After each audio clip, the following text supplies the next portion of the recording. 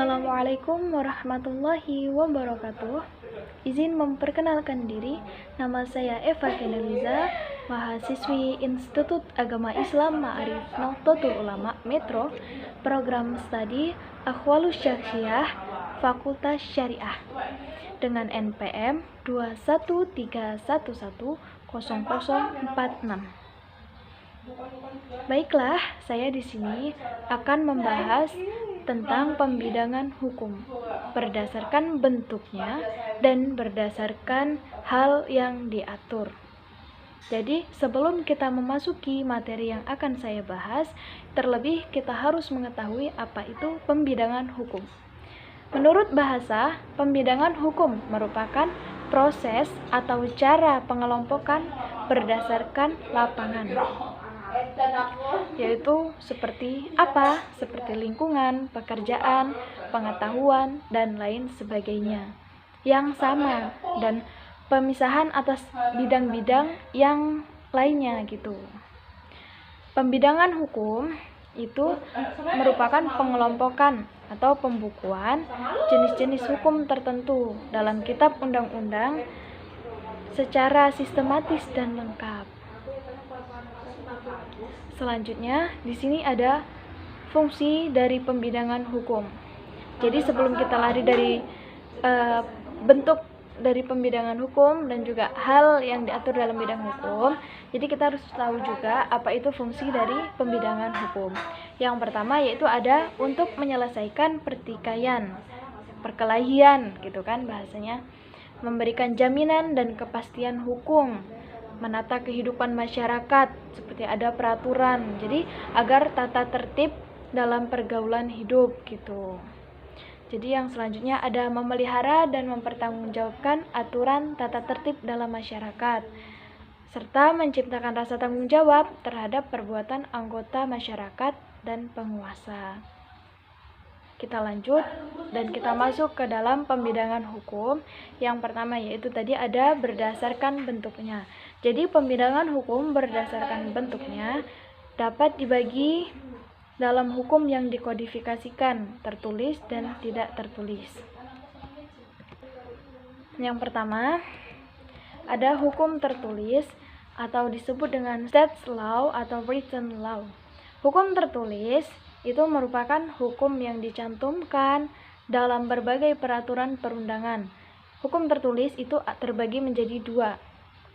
Yang pertama yaitu ada hukum tertulis yang telah dikodifikasikan seperti KUH, Perdata, atau BW dalam kata lain Burgerlich Witbook, dan ada KUHP, Kitab Undang-Undang Hukum Pidana.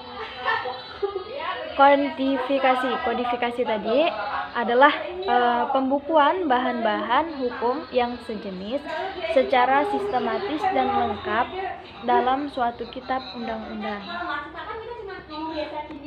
Selanjutnya ada hukum yang tertulis belum terkodifikasikan, misalnya itu ada hukum perkoperasian. Selanjutnya ada hukum tidak tertulis, yaitu unstated law atau unwritten law, merupakan hukum yang masih hidup dalam keyakinan masyarakat tetapi tidak tertulis, disebut hukum kebiasaan, dan tidak termaktub dalam suatu dokumen, namun berlakunya diyakini dan ditaati oleh masyarakat tertentu, seperti peraturan perundang-undangan gitu. Dalam praktek kenegaraan, hukum tidak tertulis tersebut disebut konvensi. Misalnya pidato presiden setiap tanggal 16 Agustus di depan DPR.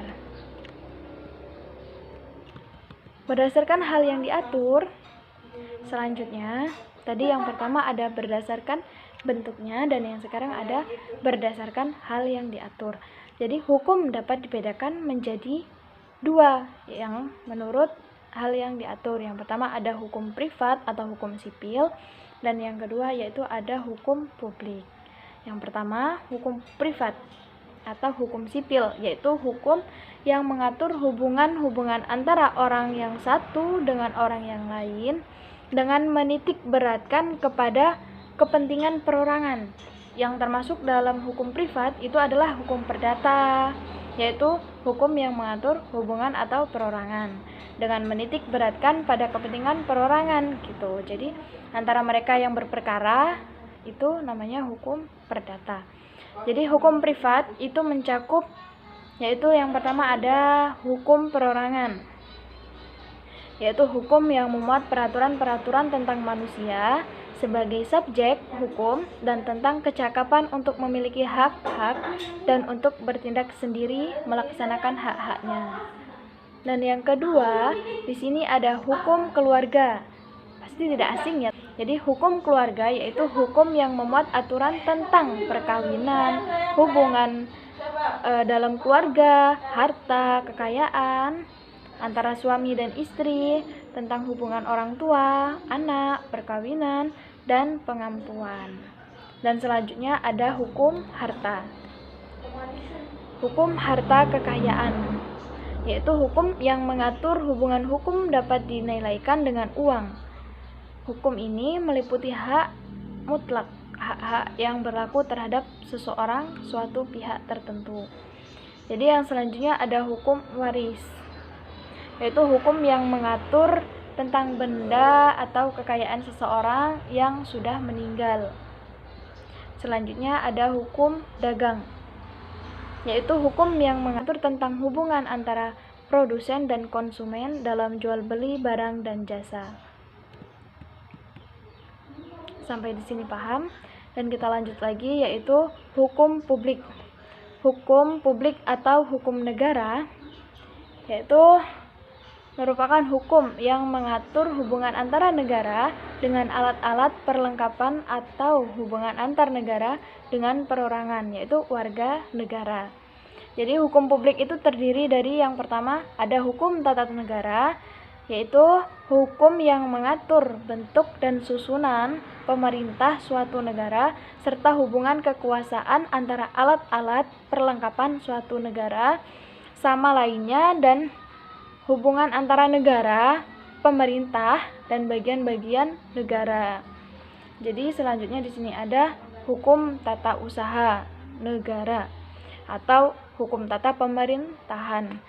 Jadi itu hukum yang mengatur cara-cara atau yang menjalankan tugas dari kekuasaan alat-alat pemerintahan negara. Maksudnya alat-alat perlengkapan negara tadi.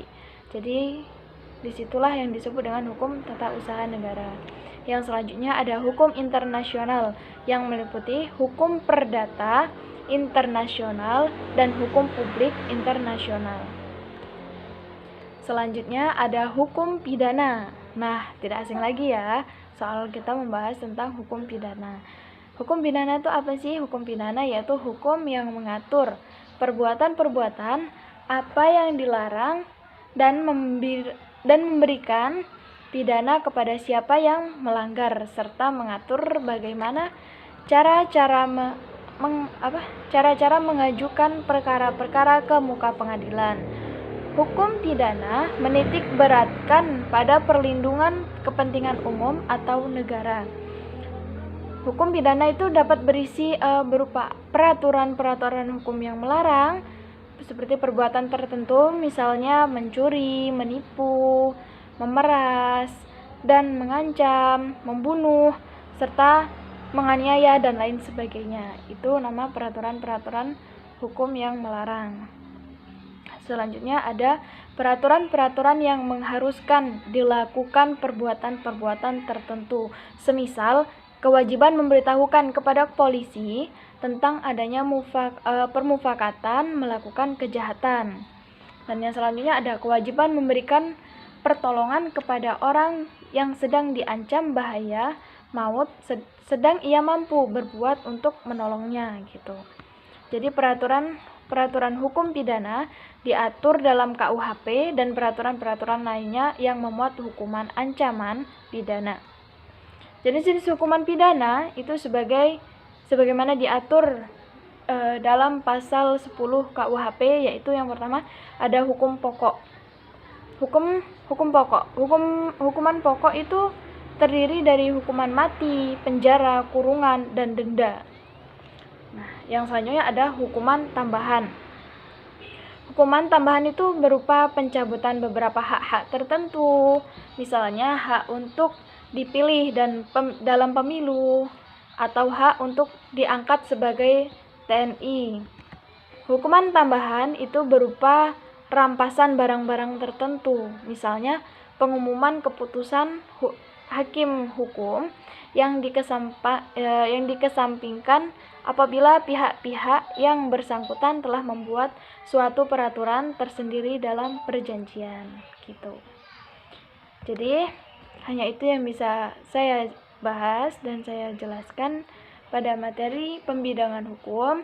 Apabila terdapat kekurangan, saya mohon saran dan komentarnya ya. Jadi cukup sekian dari saya. Wallahu muwaffiq ila aqwamit thoriq. Wassalamualaikum warahmatullahi wabarakatuh.